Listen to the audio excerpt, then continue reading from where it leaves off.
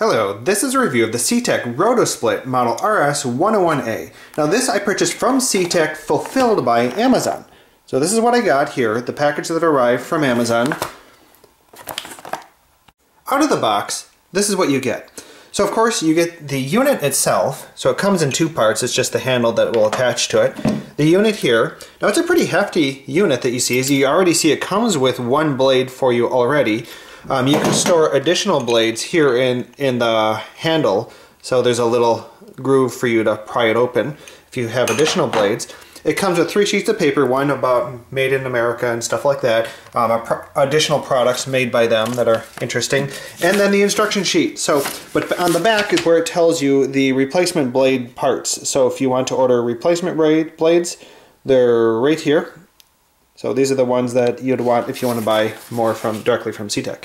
To assemble, take the nut off of the screw here, and you'll push the whole thing through the end here, and it'll pop out where this little red placeholder is.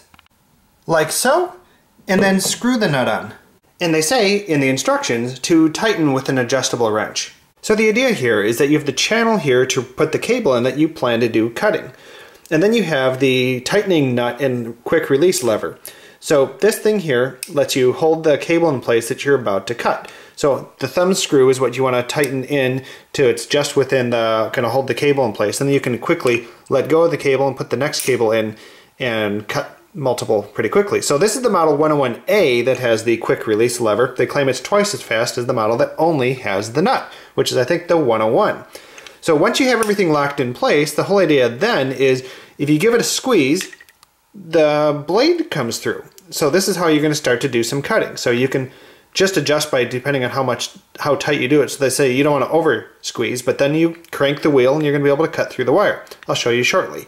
One thing to note that at first when I got this, I thought I had a defective one because at first it seemed like it was rubbing on the right side of that. Look how you can see that it looks like a little bit of frayed stuff on the right side of the slot where the blade cuts through.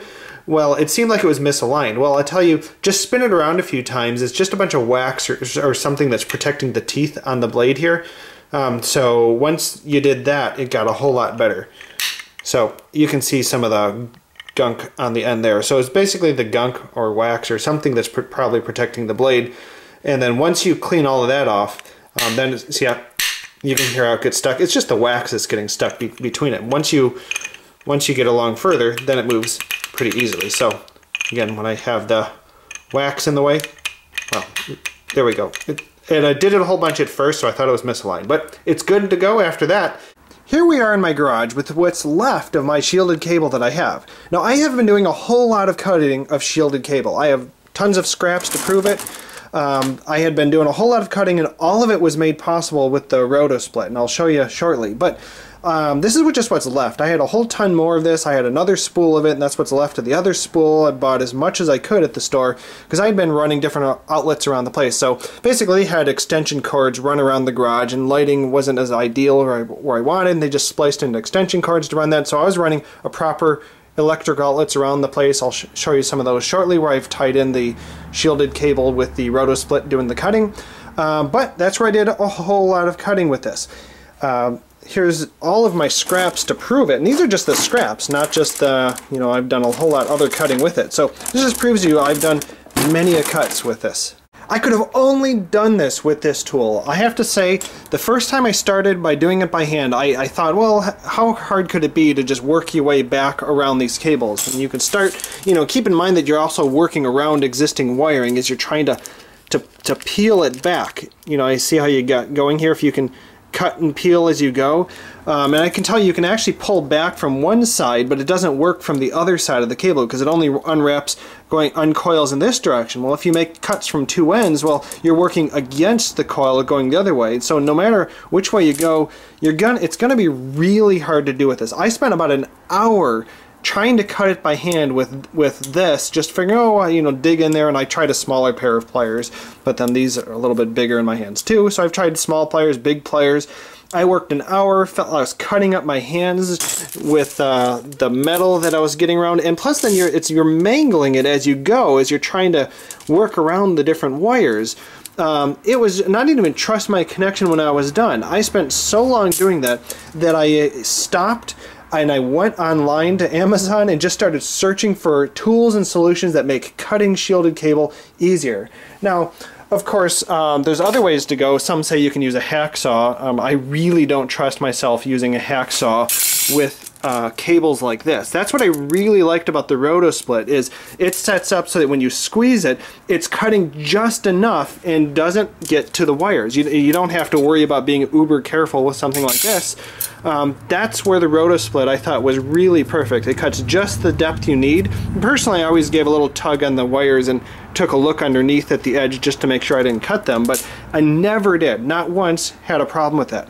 On top of that, it is so easy to use. I mean, like I said, it takes 30 seconds less to make a cut. Just because you're taking your time to make it right. My wife actually did all of this cutting here. So it's so easy that my wife did electrical for the first time in our garage helping out, and she's the one who actually did all this cutting. All right, let's do some cutting. So we'll just insert it into the channel and pull the lever. It holds it in place.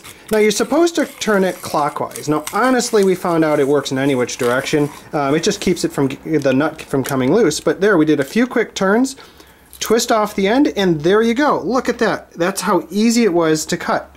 All right, let's do it again. So here we go. We're going to insert another one into the channel and hold it in place. Crank it clockwise. Again, really didn't matter for us. It was nice when you're short on space if you wanted to, if you didn't have a room to swing the whole thing around if you're working somewhere, but twist it off and there we go. You might be wondering what happens to all the metal shavings. So one thing that's actually kind of nice is they rather stay in the channel here. So if you look in here, a lot of the metal shavings right now are staying here. Yes, they can actually shake out and fall around, but it's kind of nice that the majority of them seem to stay about there and you can just tilt it into the trash when you're done. All right, let's do another. So let's see, we'll put it in yet again, hold it in place, crank it around. And my wife likes to go in both directions, and once it frees up and spins freely in both directions, she knows she's done. And you'll get a feel for it as you start to squeeze, for you know when it's doing. Maybe the first number of times you do it, you keep stopping short and you'll find out it's not quite cut through all the way. You got a little bit and you'll look at it. So the first time you do it, you might end up cutting several times. And let's see it again. So we just stick it in, clamp it, turn it. Okay, and we should be done, and it twists right off. And many thanks to my wife, who's actually demoing this for us. As you can see here, it's so easy to do. Here's an example where I was doing some lighting in my garage. So basically I fished down the wall to some switches that I installed, and then up here it comes out here, and then here's the 3 shielded conduit runs that I have going to the left and the shielded cable on the right that run out to the different light sources that I have. Here's a case where I installed an electrical outlet right here that has some power coming in from the top that I cut the shielded cable with the Roto-Split, cut 2 more from the Roto-Split that go down, one that actually goes up here, which is yet another one that I cut to go into the existing outlet. Another example where I installed another one with 1 shielded cable that I cut coming in from the top. And another new outlet with the Roto-Split cutting the 2 shielded cables coming in from the top on this one. This is a new outlet too, with the Roto-Split cutting the wire coming in from the top here. And here's an example where I installed an outlet up here. These run to the switches that I showed you, where I'm going to install some work lights. Well, there you have it. We're really happy with this. As you can tell, we've done a whole lot of cutting with it just in our garage. Now, I don't know if you use this 20 times a day, every day of the week, what you're going to find. But for us, this was perfect. For the price it was very labor saving and easy to use. And remember how I said before this thing rubbed back here? Well, I have to say throughout the project in our garage so far with all the cutting we've done, it has not been a problem, none at all. So in fact, this is so labor saving that even if mine turned out to be defective with rubbing a little bit on the edge over there like I mentioned, I would happily just buy another if that were the case. Thanks for watching the review.